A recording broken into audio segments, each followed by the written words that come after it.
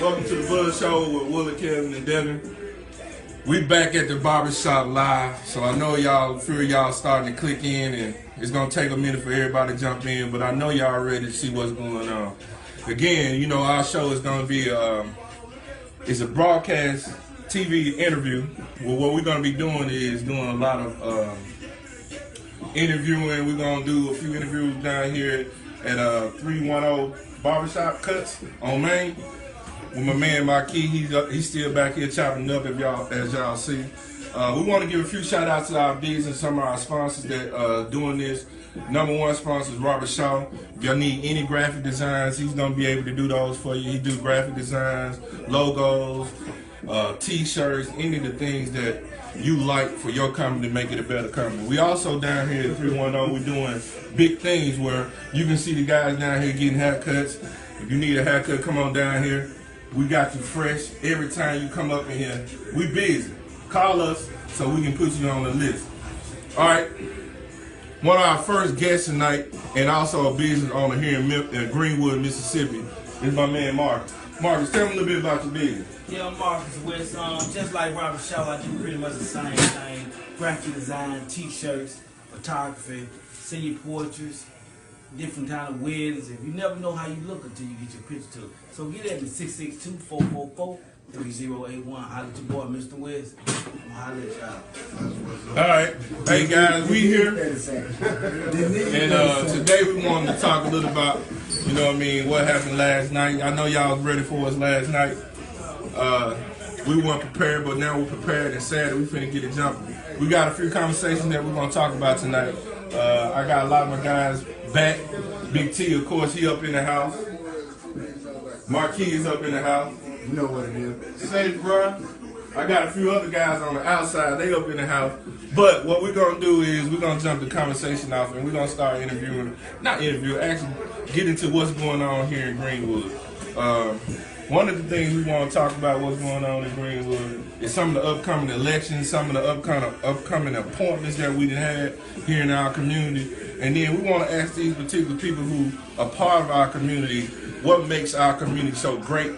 Not just what makes it so great, but how are you going to improve our community and what the things that you plan on doing. So, of course, got my line brother in here. We don't play. When I come hard, I come hard. I got my line brother in here. You know what I mean? Sean P. That's right. How y'all doing? My name is Sean Pierce, and I'm from Greenwood, Mississippi. And right now, we're in a place where we're some of the most talented people in the world. We're making people beautiful through barbershops. We got some of the coldest beauticians in the world. We got an airport that we need to use so you all can fly in, get your hair cut, catch out like they're doing all over the world. So have them win the bottle. Nobody hears our screams. And right now, this is a good venue for people to really see some of the people who are actually involved in the process, but are not included in the process. Okay? So what I want to do is make sure the world knows that Greenwood, Mississippi has some of the richest heritage when it comes to civil rights, when it comes to innovation, when it comes to a place where there's a lack of opportunity because the people in power close doors behind them. You have to at least leave it cracked so somebody can get in.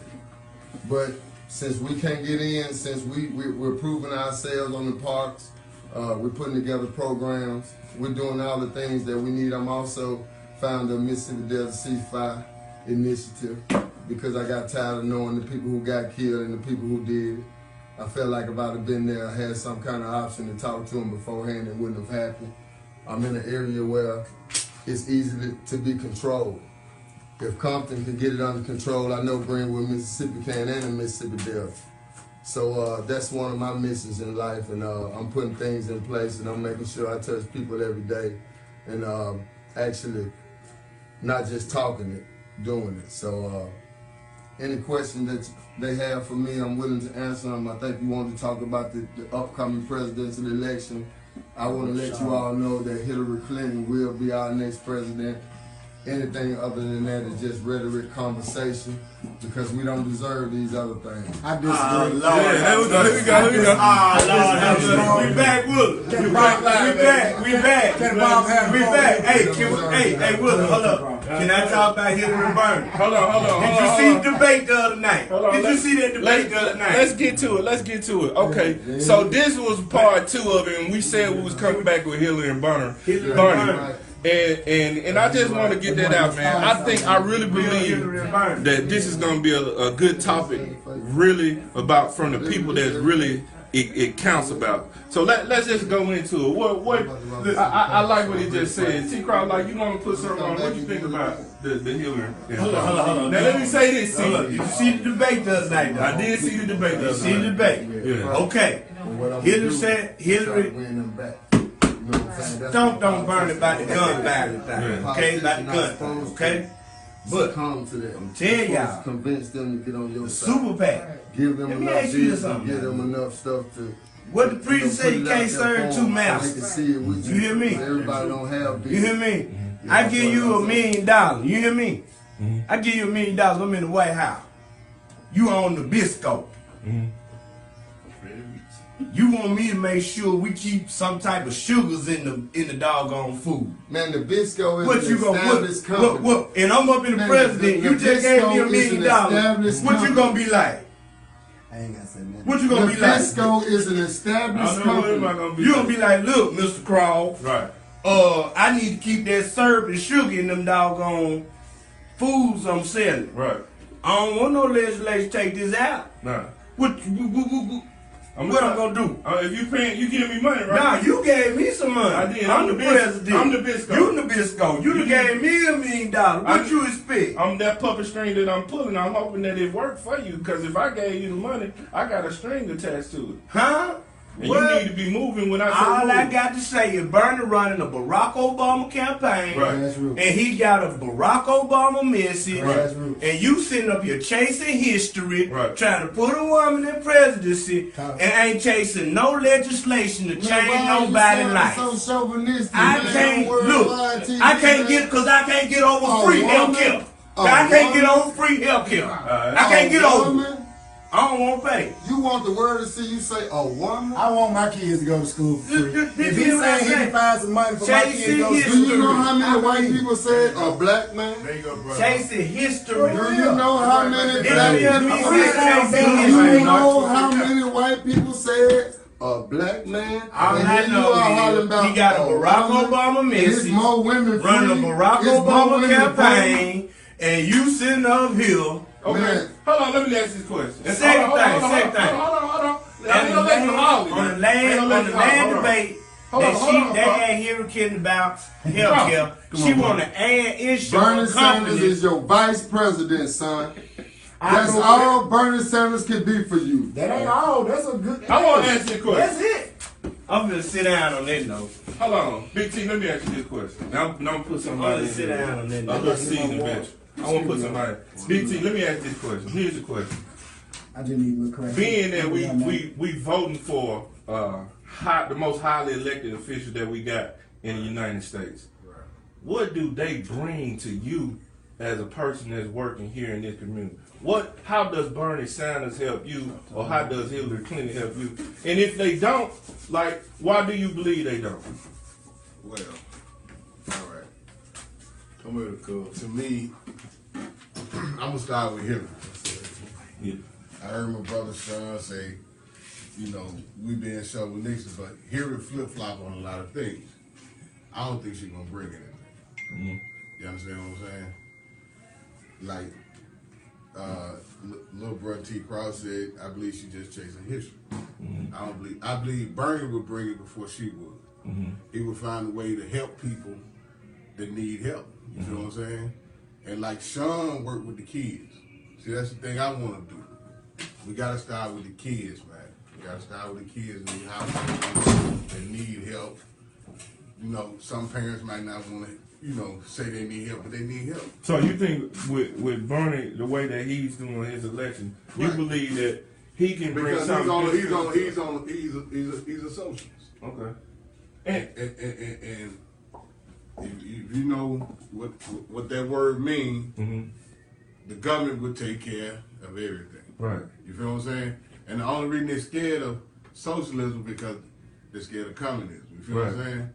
But he's a socialist. I believe he would help us. Right. You feel what I'm saying? I don't think Hillary Clinton couldn't even answer a question people give her about mass incarceration. Let me You understand what I'm saying? Let me say this. On the debate, only one candidate said anything about mass incarceration. Right. Only one candidate said we need to change the drug law. Right. Only one candidate said we need to do something about this criminal justice system. Right. And she come right behind. We need to change these laws. Trying to. Okay. Crow. Let's get somebody else in there. Great question, and I want to see. I want Sean. I don't mind you answering that question. What's your thought on that question? I want you to ask that question again so I can make sure I answer it right. Okay. It was a long question. So here go the question. Because it's been a long time since we had the top 2 people in government. Okay. That's getting elected now. Okay. And this is coming from a Democratic side. Okay. If we're looking at Hillary Clinton and we're looking at Bernie Sanders, okay.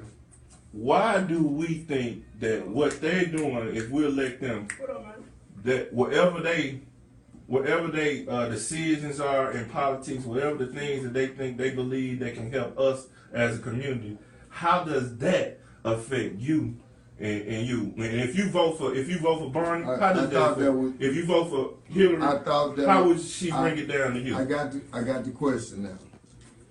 This is my take on this. Being in Mississippi, being here throughout the Barack Obama elections, how there was minimal participation, how there was minimal faith that he would be elected president, and his candidacy alone gave me inspiration to go out and do things, to go out and try some of the things, because this is America. Right. They said that this is the land of the Kids, free. what's up, man? Okay? Kids, what's up, man? Living in Mississippi, the 8 years that Barack Obama was the president, we didn't feel the effects of it. Because we actually live in a state that wants to be separate from anything progressive. Okay. And they're being successful doing that. Our educational system, they don't mind it going down. They're pretending like it's broke so they continue to fix it and pay themselves.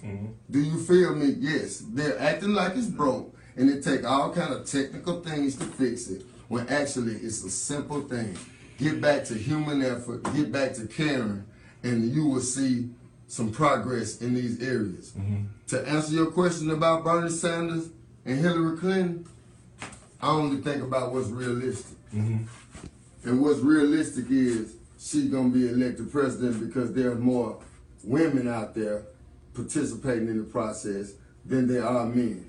The Republican Party has to repair itself. They're broken. Donald Trump does nothing but expose them dropping the ball. Them being broke. So now they got to go back to the drawing board. But as far as the Democratic Party, Hillary Clinton would be, we need a compassionate person. Besides a woman, besides a black man, the next compassionate thing is a woman. And she's going to make the right decision when it comes to war, when it comes to trade, all these treaties, whatever going on when it comes to the relationships with the rest of the world. Barack Obama saved the white man because that's who they want to do. Right. All right? We allow ourselves to be did by that in the Delta. Right. They don't care what we think about the president one way or the other. Either way. It don't matter. Okay? So my job is to make sure I encourage our young people to be to have prosperity. And so that's why I'm going to take that next step and do what I need to do to try to make that a reality. We need you. Do we supposed to ask a presidential candidate? I want to get something. you. I want to get to you. Like, Marquis. so you gonna have me another question? It's based on the same question. It's based on the same question, and I want you to elaborate on what you just said. Like, being realistic, and we looking at the numbers like Sean just talked about, and we being realistic now. Now you may want Bernie Sanders to win, but being realistic, we're seeing that Hillary Clinton is so far ahead of Bernie Sanders. Just being realistic, and she's so far ahead of the Republican Party. Right. By the numbers. By the numbers. I just want you to. What do you think about that? Just the realistic of the election may come down to her winning. I mean, and what she could bring down to you. That same question I'm posing to Sean. I'm posing you. If she does win, and that's not really where you want to bat, but if she does win, do she do anything to affect you in your barbershop? Does she put money in your pocket? Does she feed your family? Do you see something developing from that? Well, my whole thing about it, from local politics to national politics, man, every race, every group has somebody to represent their interests. You know, like, we should have someone that will at least address our interests as black people, right? So, her husband, Bill Clinton, everybody loved him, called him the first black president. He signed off on North Atlantic Free Trade Agreement, which sent all of the industry from Greenwood, Mississippi, namely, to other countries for cheaper labor. So is she gonna have some of these same type of politics, same policies, you know, like in terms of middle class? I'm a working man, I got 2 kids. You know, I want them to go to school. If Bernie claims that is a way that education on the next level can be cheaper or free, I think we should give a look at that. You know, like, why are we just saying Hillary should be our president just because she was Bill Clinton's wife? Just because she been Secretary of State? You know what I mean? Like, hold her accountable, even on local politics. When Sean run for Ward 4 in Greenwood, people gonna ask him, what can he do for us, right? What can she do for us? That's what I want to know. What is she gonna do? Yeah, what is she gonna do? Why nobody speaking on police brutality? Like, it's a real issue. People dying in the street. I know it's black on black crime, but like, as a president, somebody should speak on that. But see, police should have more responsibility. You feel what I'm saying? I hear you. They gotta be told this from somebody. Yeah, Everybody's speaking on it. That's it. Like we said last week, they can only say, I was in fear of my life. You know what I'm saying? And that black man life gone. Right. You understand what I'm saying? So, you know, they didn't do the kid that killed the people up in South Carolina like that. Right. They brought him in. Why you can't bring this black man in? He killed 9 And he people. killed 9 people. He was a savage. Okay. He was a beast. In the house of the Lord. You feel what I'm saying? He left one living to tell the story. That's a beast. Let me. He wanted his story told. I want to elaborate on what y'all said about what's not being said. Cause they gonna ask you what Silence is loud. Right. Nowadays, silence is loud. If you don't say the obvious, somebody know that you didn't say it. And if it never gets said, nothing never has to be done about it. That's a common practice. They don't know we're smart enough. See, cause once you sitting out here, when you take a person's the career path, my occupation, I can go to Memphis, Greenville, Tupelo, and what I do pays money. Right. But I could be here, do it for years. Right. And not get nothing. Do it for years, Right. and then not pay attention to it. Why aren't you saying anything when this is a part of some of our ills? Right. You say our schools, they're failing. Our third graders are failing. If a person has the ability to reach hundreds, that would be the person you want to put in the place to send your message to that particular group. Right. Okay? What they got to do with Hillary being a better president? No, I'm really talking about the president. The presidency hadn't mattered to Mississippi in so long. Right. I can't worry about that. I still got to keep on doing work. She rolled downhill though. You feel me? Regardless of who the president gonna be, Right. I got to keep on doing work. Right. Because what the adults have done is start saying what's never gonna happen. Right. I can't say that because I'm telling young people to go do, and you can be what you want to be. Right. That's a contradiction. Right. How could you send that message and then on the other hand turn around and tell them to graduate from high school. So you believe in positivity and prosperity? Right. I believe in action with progress. Right. I don't believe with action with just stunt front and eat lunch. See, they meet to death. Right. You feel me? They'll meet you to death. That's another game they got. Right. They'll meet you to death around here. How we was reared, because I hate saying raised, because you raise animals. Right. How we was reared is not being done. You know what I'm saying? And Chuck, I told him 2 weeks ago, I said, bruh, you didn't know this. I left work every day, and I would ride by that park, and I would see you with them kids every day. And that inspired me. We went to a little high school group that him and I are in, and I tried to get, I wasn't in the right level with that. You feel what I'm saying? But that's something I want to do. Because we got to get these kids, man. Right. The kids, if we don't, you got to get the kids. Because that's who's going to be in charge. So I got a question, Terry. Everybody seems to be harking on the fact that maybe we need to start at an education level. I came to you. You don't even have a ceiling for money. Right. Y'all give us a plan and work this shit out, and we'll give you whatever you need, but you got to give us a plan. Well, see, that's the thing. And they couldn't even do that. That's the thing with Greenwood have been the only thing that changed. They done put up little things in the park. Right. They got They during give us, Christmas. They give us what we the think shit they had in the they're supposed to 1970s have. right here on Howard Street. They got it going up Broad. Been broke. Okay. And there's a systemic issue. Right. Black women don't even have a real voice when it comes to this issue. To Damn me, sure ain't gonna be Hillary Clinton. it's not gonna be Hillary I Clinton. don't think that we broke as a people. I think that we focus our money and our financial resources on the wrong thing. On the wrong thing. If you look at it as a whole, black people have multi-billion-dollar purchasing power. Right. We just put our money into the wrong thing. thing. Because you just look at this like in our community. Right. We got a billion churches, liquor stores, and everybody from other cultures come up and sit and suck our community dollars out. You know, you got the Asians, there's a Chinese store on every corner. The Arabs got a monopoly on the gas stations and whatnot. Right. We spend the most on materialistic stuff. We got to have the fresh J's. You spend $250 on your son to have a pair of Jordans, but you won't spend $150 to get him 2. Which takes me back, but that takes me back to education. That takes me back to education. Because this brother just said, at the end of the day, it has everything to do with the education of our children. So we're not going, like our generation, we like 1, maybe 2 generations removed from civil rights. So if our children don't get the message,